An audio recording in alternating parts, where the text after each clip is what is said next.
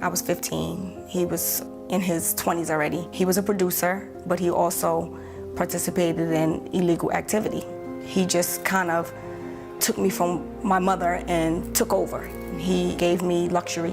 That kind of lifestyle drew me in. I graduated from high school. After graduating from high school, I had my daughter in 1991. My daughter's father was still, doing what he was doing. I was taking the money and, doing what I wanted to do. 1996 is when they had an arrest warrant for him. They arrested him. A year later, they came with a superseding indictment. I was included on that superseding indictment. I was graduated from community college because I was going to school to become a nurse. I was on my way to school. I dropped my daughter off. As I pulled into the parking lot of my school, they jumped out on me. Special task force, guns drawn. They locked me up. They took me over to Brooklyn, booked me, fingerprinted me, did the whole shebang. I was able to get out on bail because my charge was actually out of Virginia. So I was going back and forth to pretrial while I was still in school. June 1st of 97, I graduated. And then July 19th, I went to trial. And I didn't come home until 12 years later. I had no idea that I was going to prison because I was the girlfriend of someone in the street. They never caught me with anything. We were in the courtroom. I'll never forget my uncle, my grandmother. My mom was in the front and we were in like the second or third row. And when the judge hit the gavel, my grandmother screamed and my mother was like, 230 months? Like, what are you talking about? I started crying because everybody around me was upset. So I knew something went wrong. It was hard. My mother was very active with me and my daughter. She made sure that my daughter came to visit me every week. I never really understood until I started going to the prison to see her behind the glass.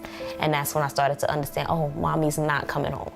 My weekends were spending Saturdays and Sundays in the prison all day, from the time they open to the time they close.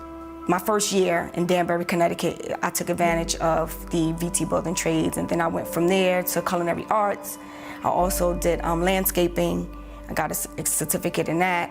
And at that time, I had only did like 3 years. I hadn't done enough time, and so they denied the clemency. In 2006, I received a letter from the judge. The judge telling me that he was giving me immediate release because they had amended the sentencing guidelines. The same judge that sentenced me is the same judge that released me. It was like, wow, I'm finally free. But I really wasn't free because I still had to go to the halfway house. And then I still had 5 years paper. So was I really free? So when my mother came home, it was a big, big adjustment, not only for her, but for me, because it was trying to figure out, well, where do you stand in my life at this point? You've missed so many years. I was excited that she was home, I was happy, but it was trying to figure out that balance. When I left her, she was a baby. So I had made a lot of promises to her that only withstood when she was growing up. So now I come home, she's a teenager. So it took like 2 years for us to get to know each other again because I thought I knew her from seeing her all the time, from talking to her all the time, not realizing that I didn't know her, and so we rebuilt our relationship. My relationship with my mom now is very, very good. We've learned how to come together on a lot of things and learned how to talk to each other and communicate better. So I recently got married and my mother was a big part of my wedding. She was like the lifesaver that I needed. I needed to see that from her.